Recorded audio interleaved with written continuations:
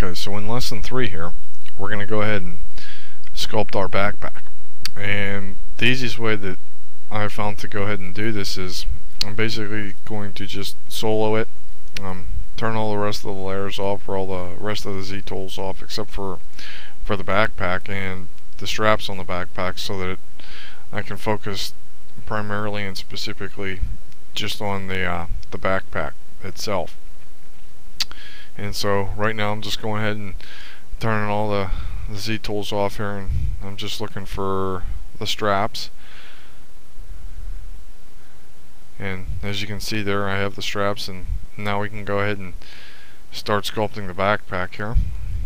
And I'm just gonna tend to use my standard brush here, because it's much easier to basically block in the detail with a standard brush, I find, rather than typically anything else or any other brush that's actually in Zbrush.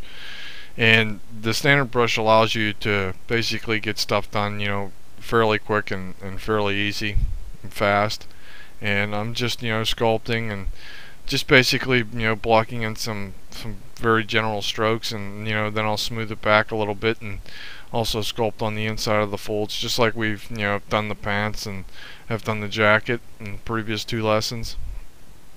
And I'm just not really basing this off of any concept or anything that I have. I'm just going on basically feel here, and I'm just trying to think to myself, well, how is the cover basically going to fold, and how's it going to react to the rest of the body.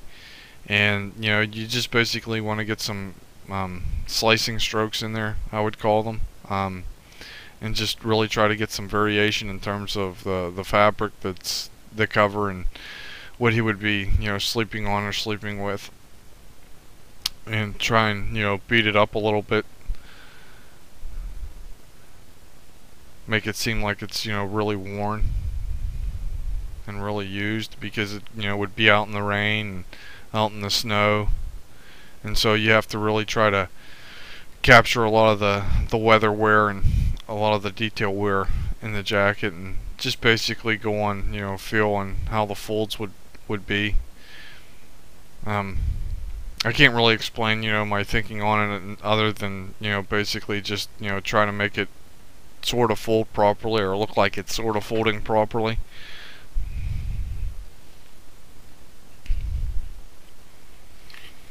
But I'm just using my standard brush and using the smooth stroke and the smooth brush a little bit.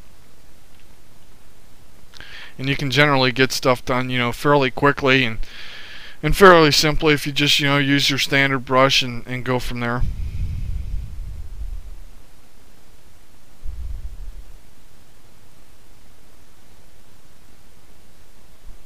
And as you can see, I'm constantly rotating the Z tool to see if it looks proper and see if it looks right. And it all basically has to tie into the end sculpt, because it all has to flow properly, and if it's not flowing properly, then it's just not going to look correct.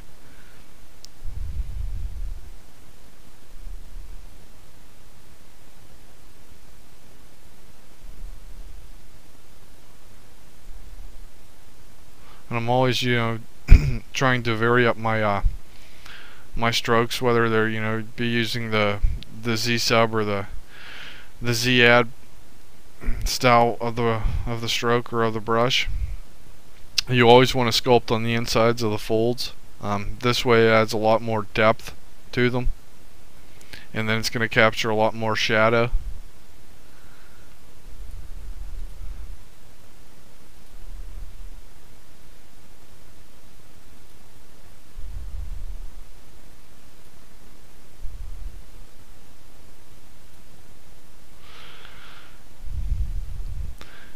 It will help too if you everybody sleeps with a blanket. If you just tend to fold your blanket or wrap your blanket up and try and study the folds on your blanket, and just try to basically match what your real blanket is to the sculpt. And sometimes that does help, to basically give you an idea of how you should sculpt something, especially when it comes to cloth, because cloth is very difficult to do in terms of CG, or to do it right in terms of CG. A lot of times people just use a cloth simulation, but it does help if you have an actual sculpt on a cloth before you do a cloth simulation, because then you're not only going to get the folds from the cloth simulation, but you're also going to get the folds from the actual sculpt and detail of the model too. So then you can basically have the best of both worlds. And I'm not 100% sure that we would actually be doing a cloth simulation on this character. If I rigged it and it was a full production model, we might, but we might not.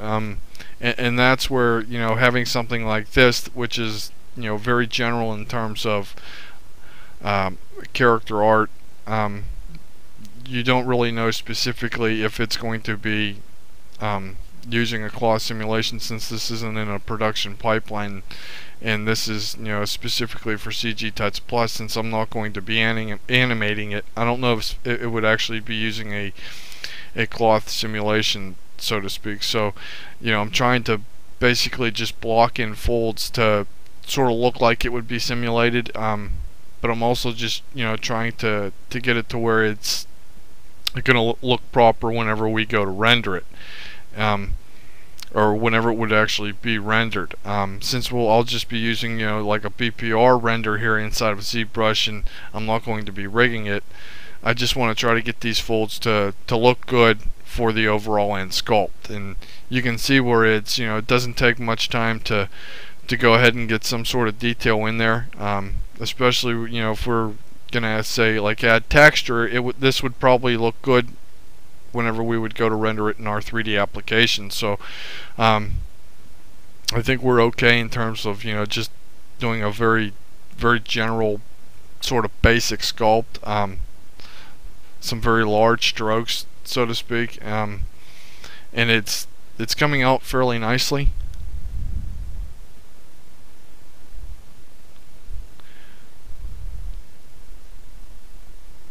And I'm right now just trying to add a little bit of variation to the backpack.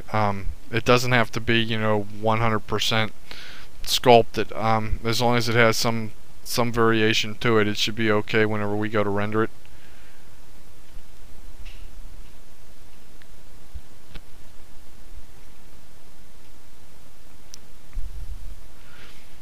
And I'm going ahead and bringing the jacket back here to make sure it's going to fit properly. And that looks pretty good right now. I just have to use the move brush to make it fit onto the character's back a little bit more here. And I got to be careful there with the straps, because I'm using a fairly large focal point, so it's going to move a lot of the model, and it's not one generalized area or one specific area. It's really going to tend to stretch out the mesh, and so I have to be careful of that.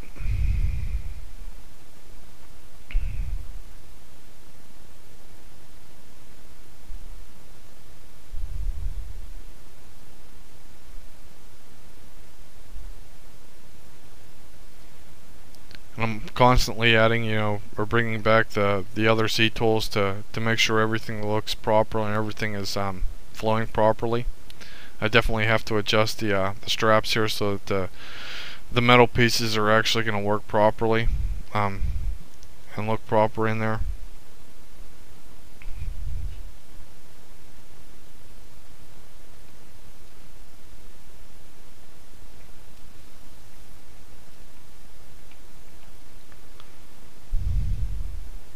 It just takes a little bit of time to go ahead and adjust those.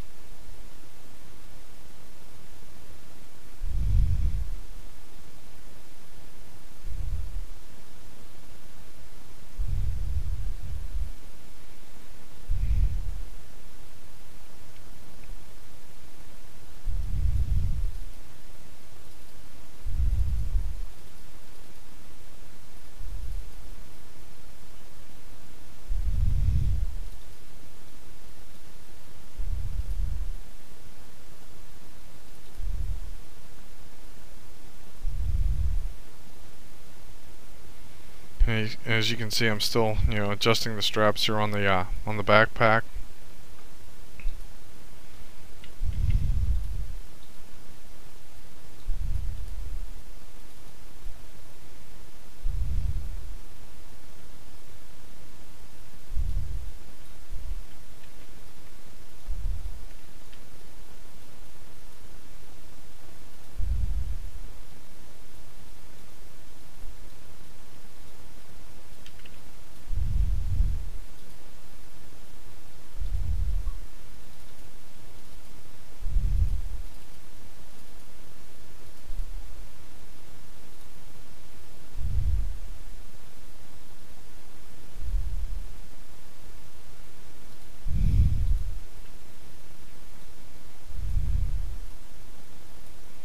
And I'm constantly, you know, trying to adjust the folds so that it does look heavy, and worn and beat up, basically.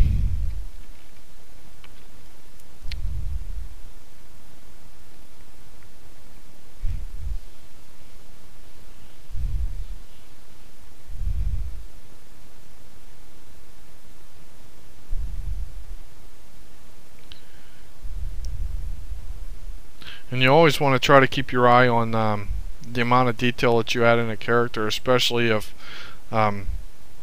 it's going to be animated or moving, because if you have areas that are less detailed, it just isn't going to, you know, work properly. So you really want to try to keep an even detail throughout the character. You don't want to over sculpt one area and under sculpt another area.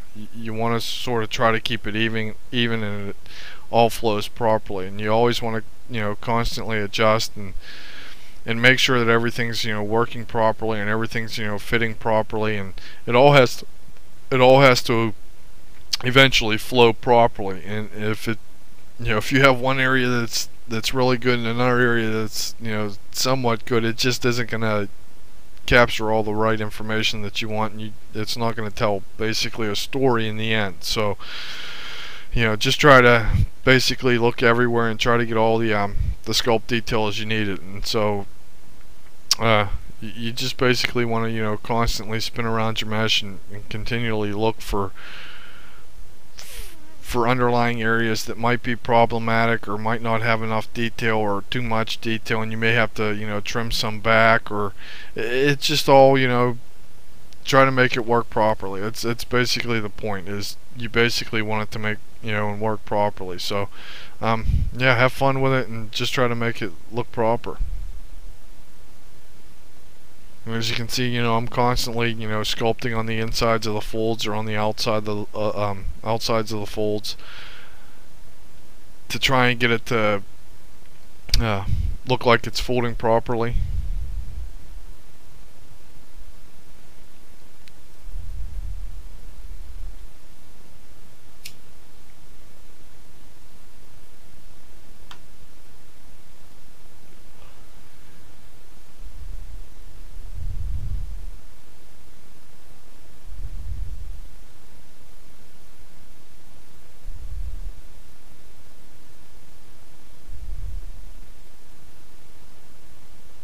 And then that backpack, you know, for right now, it's, you know, it's looking pretty good. There's not 100% detail in it, but it all sort of works with the rest of the character mesh, since it's, you know, not a 100% super sculpt. It all looks, you know, pretty good, and it's all flowing nicely.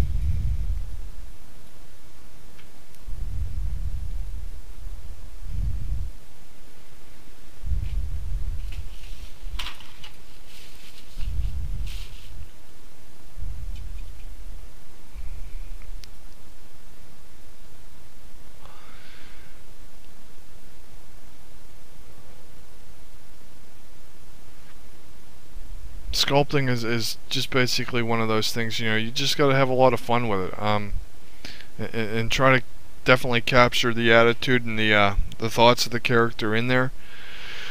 You know, the story of the character is somewhat important, or trying to get his, you know, his attitude and demeanor across is important, but, you know, you also want to try to have a good enough amount of detailing the character. And as you can see here, I'm doing a Bpr render just to make sure that everything is, you know, working properly and everything looks proper. I'll definitely, you know, zoom in on the mesh too, once I do that Bpr render to try and sculpt some problematic areas, or areas that I think that just aren't going to work, that have to be changed a little bit.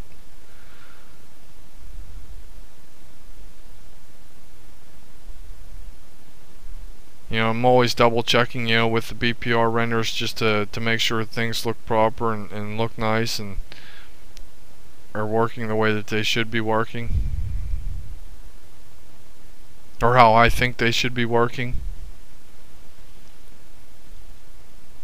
You know, and what works for some people just may not work for something else. So, you know what I mean, you definitely want to not sculpt everything the same way, and you definitely want to, you know, be constantly adjusting the models to make sure that you have your final product that's, you know, really good.